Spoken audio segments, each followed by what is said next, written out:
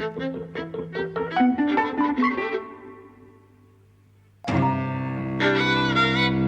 and welcome to Eavesdropping at the Movies. I'm Mike. And I'm Jose.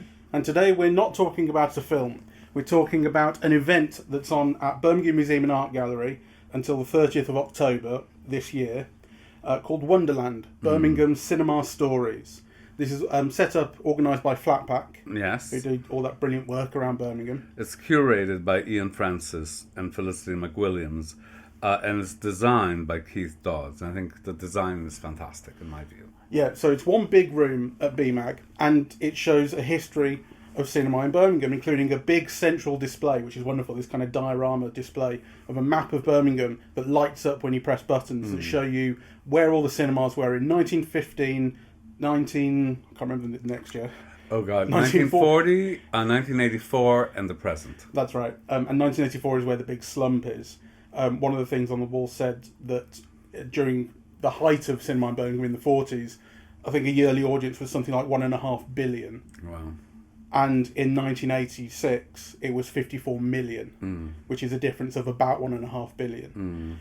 And today, there aren't that many more cinemas than there were in 1986, but the attendance is up, and the cinemas are specialised. So we're going to the Electric later, and the Electric's obviously the oldest working cinema in the country.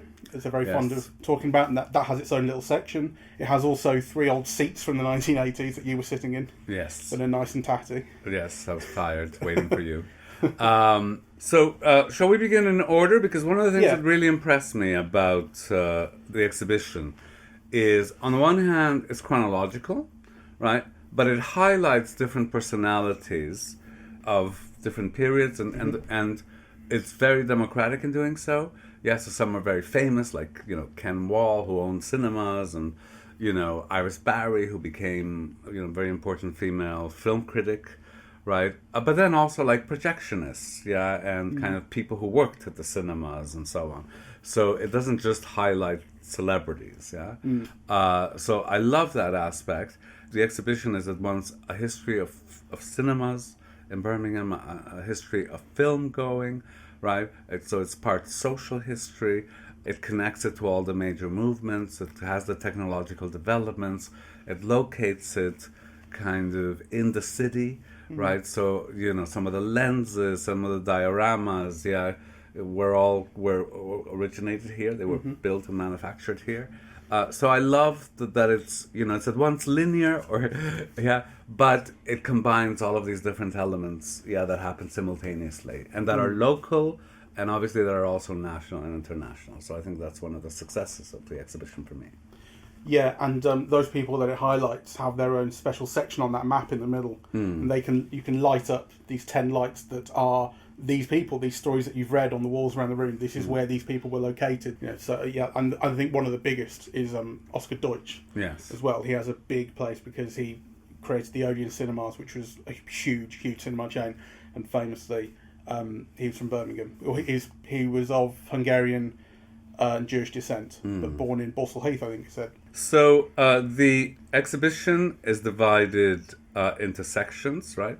So the first one is Travelling Light, and that's because a lot of the first showings of cinema in Birmingham were travelling shows or circus shows or, in vaudeville type of circus situations. So it shows that. Then it highlights the picture palaces, and what's interesting is that these are all like post-war, to sound, huge cinemas built in the city.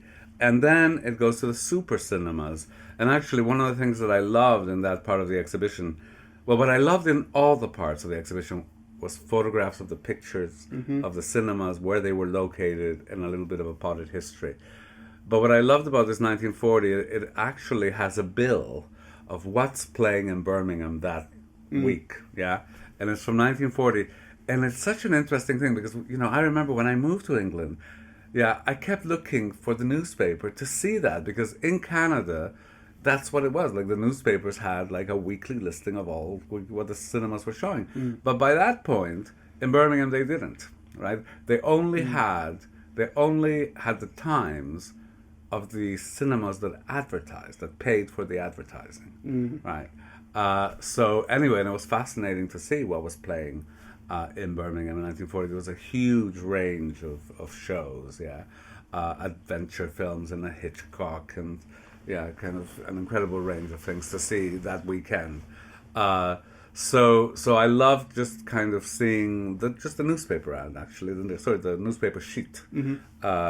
And then it goes on to another section, which is the slow fade. So this is the post-war cinemas beginning to close down.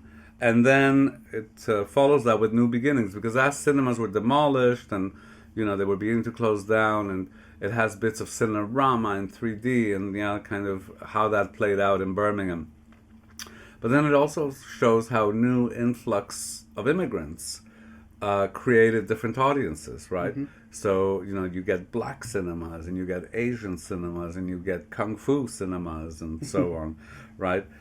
So that was, I thought, pretty fascinating. And it also has a little bit of the history of the art cinema, the arts lab, the connection of, art cinema to porn. A lot of those cinemas that were built to show art films in the late 50s, by the 1970s were subsisting on porn. The Electric was showing sex movies for a while. Yes, for quite a while. That's how it survived. And then it says was it in the 80s it said the upstairs screen was still showing the blue movies and downstairs was showing regular movies, which must be an interesting interplay between the two audiences. Oh my God. I remember, in the 90s, it was so decrepit. I did a lot of talks there, actually. And I remember doing an interview with Martin Sherman, the playwright, for Bent. When they made a film of the play Bent. And we took him on stage, and they brought out these chairs, and I sat on it, and the whole middle bit fell off, right? It was like a silent film comedy, because it was so old and so decrepit. It had that smell of damp, so that's a very interesting evolution on its own. One of the things that I loved about the exhibition today, was, first of all, it was packed for a Monday afternoon. There were so many people. Yeah, so we saw it at 1:30, basically. Yes. And it was really full. Actually, the whole gallery was pretty full. Yes. But, it would be. They wouldn't just only come to this room, would they? But I was surprised at how busy it was. I was surprised at how busy it was. The Edwardian tea rooms were packed. Yeah. Couldn't get a chair on a Monday afternoon. And then I also loved how kid-friendly it was, right? You had children 5, 6, and they were going crazy with the lights, and and also they have these things of make your own cinema, make your own film poster, and they have different glass things that you could get from the drawer and place on top, so that you could build your own cinema. I thought that was marvellous, and it was marvellous to see kids so interested in it, actually. When I was looking at that interactive map in the middle, this kid next to me, I was pressing the buttons for 1940, 1986, and this kid next to me was pressing the buttons, and he pressed 1915, and he goes, "Mum," he's like 8 or 9 years old. He goes, "Mum, look how many cinemas there were in Birmingham." Yes. And all these people, actually, the adults as well, people my age and older, were going, okay, where's King's Heath? This is where everyone's locating themselves in the place. Yes. I couldn't quite, because I'm from Solihull, that's not on the map. But obviously you can still look around and work out which cinema is which, particularly in the modern day. Yes. And looking at all the pictures of the older cinemas, some of those facades, some of those buildings still exist. They're all not cinemas anymore. They're all wedding venues and things these days. And most of them don't exist at all. They've been demolished. They're beautiful to look at. They're really impressive buildings. And they're saying that this one, it was based on Moorish architecture from other cultures, and the idea that you go into these places and they transport you to a different world for a little while. You really feel that, and because that's not what Cineworld does these days. No, very corporate, big building. But it's important to remember that picture palaces were like people's palaces, right? And I think the exhibition communicates that, right? So, you have these grandiose buildings that kind of scream luxury, right? You pay your ticket and you are in these palatial kind of places. And they're built for you. They're not built for the Queen, right? They're not built, it's not a stately home for the Duke of so-and-so. these are built for people, right? And they were experienced as such. That was like part of the pleasure and the joy of going to them, right? There was also a small focus throughout the exhibition on class, and now this is entertainment for the working class. And you know, like these penny shows in the very early days before there were cinemas, so people were paying a penny to get in, and they'd be seeing 60 people to see a short reel or something or other. And then later, as you say, these people palaces, and you get these photos of just vast audiences, and there were quotes on the wall about this was the working man's entertainment. And then later in the segment where it's talking about immigrants and their influence on the culture. There's a quote from an Asian guy, I can't remember the guy's name, but it was along the lines of, you go to these cinemas and they were full of people like you from your community, and you'd be seeing a film in Hindi or Urdu or what have you, and for 2 hours you were at home again. You know. I also found very interesting, the accounts of censorship, right? So obviously it came in quite early, but also there was a commission, in the 1930s. About whether cinema had an influence on children's actions, right? And you realize how long these things have been going on. Yeah, that it's almost like kind of this is almost like a century that you're getting these debates. Yeah, I also loved seeing the uniforms. Yeah, so they have. Yes. Yeah, what did you think of that? Well, they were quite charming. They were very of their time, weren't they? Because I immediately thought of what do people wear who work at cinemas these days, and it's like a branded shirt, and with a name tag. And these were these like full-on like Salvation Army outfits. Yeah, would go with the building, don't they? All the effort that's been put into that architecture is mirrored by the effort that goes into the clothing. Yes, the person who did the Caribbean cinema. His name was Cecil Morris, and he arrived from Jamaica to Birmingham as a teenager in 1962. And he was the person to bring black cinema on screen in the 70s, and he also set up the Rising Star record shop. And the cinema was the Elite in Soho Road. So actually a lot of this was around Handsworth, right?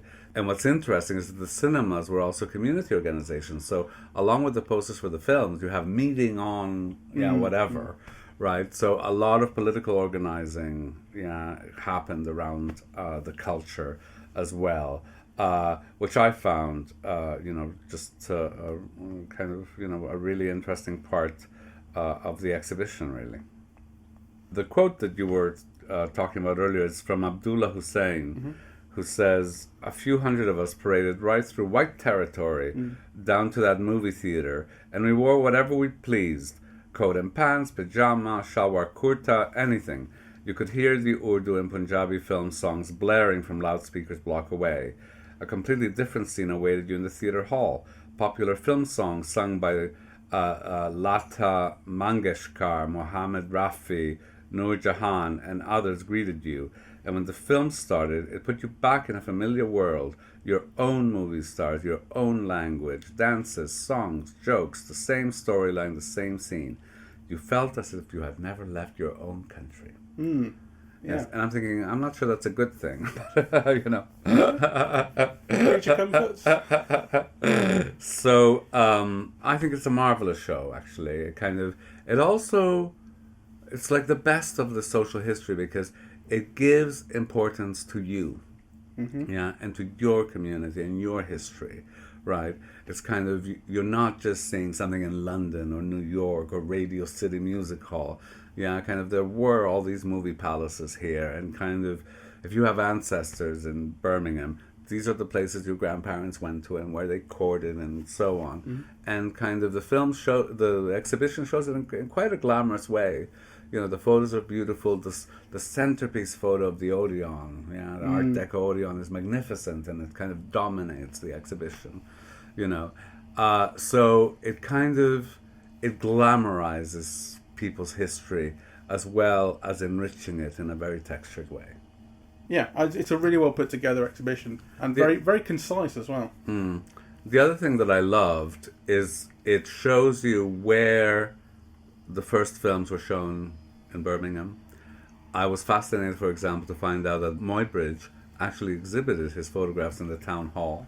I wasn't surprised by that, though. I mean, I would have thought that would be a touring sensation. Okay, well, you see, I was surprised. Yeah. And I was also delighted to see those early films, you know, of the graduation ceremony from Birmingham University. I was surprised by how many women there were, actually. I love seeing the footage of the kids, from the, Blue Coal School or whatever it was, going to the pictures.